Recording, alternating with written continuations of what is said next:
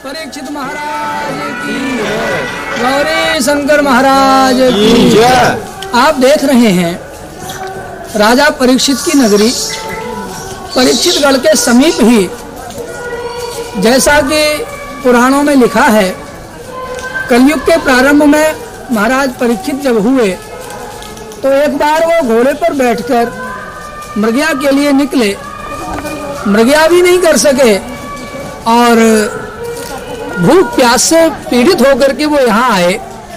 शमीक नाम के ऋषि यहाँ तपस्या कर रहे थे। सामने कमंडल रखा था। राजा घोड़े पर बैठे बैठे चले आए और उन्होंने शमीक ऋषि के पास आकर के कहा कि देखो इन साधुओं को, राजा का स्वागत भी नहीं कर सकते। मैं खड़ा हूं, मुझे प्यास लगी है, पानी नहीं दे रहे हैं, घोड़े से नहीं उतरे। साधु और गुरु के आश्रम जाए तो अपने साधन, अपने वाहन से नीचे उतरना चाहिए। शमीक ऋषि तो समाधि में थे। महाराज क्रोधित होकर के वापस चले गए। रास्ते में मरा हुआ सर्प मिला। उस सर्प को तीर की नोक में लेकर यहाँ चले आए और शमीक ऋषि के गले में डालकर वो वापस चले गए। शमीक ऋषि का पुत्र था छोटा श्रृंगी, जिसका ये स्थान है। इसको श्रृंगी ऋषि बोलते हैं। ये पूरे पुराने वृक्ष, ये कौशिकी नदी, ये बहुत ही दिव्य स्थान है।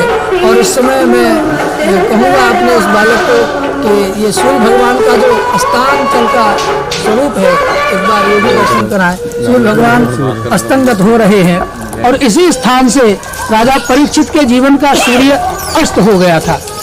शमीक ऋषि के पुत्र श्रृंगी ऋषि ने अपने पिता का निरादर होने पर उन्हें श्राप दिया कि आज के 7वें दिन तक्षक डसने से उसकी मृत्यु हो जाएगी, जिसने पिता के गले में मरा हुआ सर्प डाला है।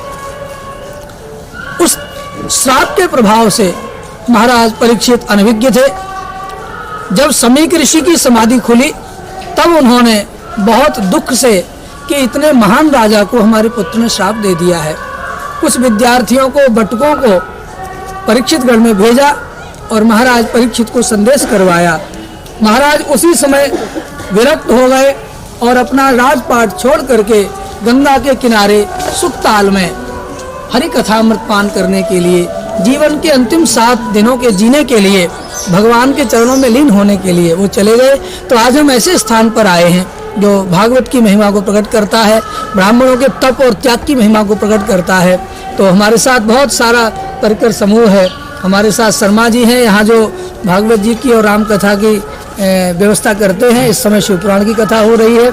हमारा परिकर हमारे साथ है और सेठ मोहन लाल जी हमारे साथ हैं, प्रधान जी हमारे साथ हैं और गौरव भैया हमारे साथ हैं जो यहाँ सभासद हैं।